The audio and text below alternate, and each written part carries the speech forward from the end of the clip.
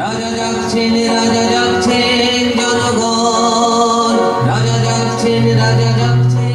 কিন্তু স্যার, চিন্তা কি নিয়ে আপনার? আচ্ছা, আমার পায়ে ধুলো লাগে কেন?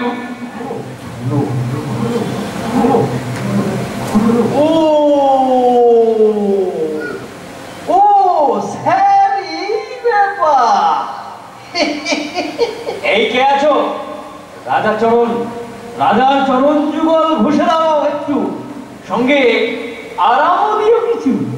ও বোকার বহুমন্ত্রী, তা নয়, একদমই তা নয়। আগে স্যার, মানে মহারাজ, ধুলো তো লাগবেই একটু আধটু, হাঁটাহাঁটি করলে।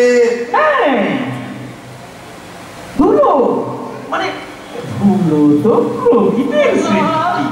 আমার কথা শোনো, যত শীঘ্র পারো আমার পায়ে যাতে আর ধুলো না লাগে তার ব্যবস্থা করো, অথবা স্যার কারো রক্ষে নেই, আমি সব করার গর্দান নেব।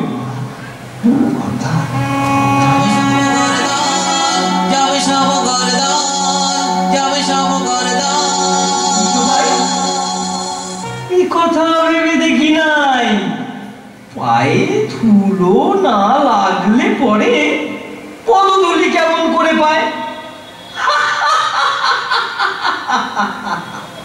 পায়ে ধুলো না লাগলে পরে পদধূলি কেমন করে পায়?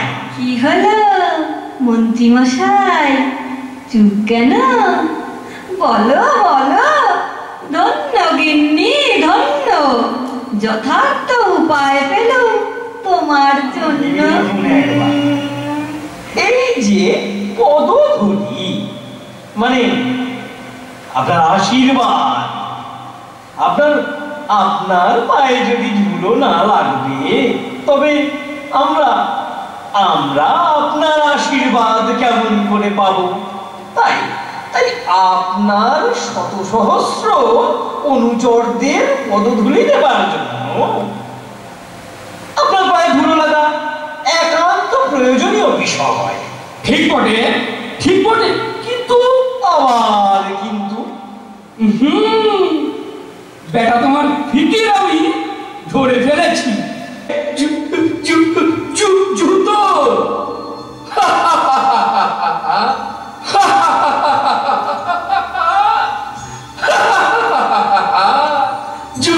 জুতো ভারী ভালো জিনিস,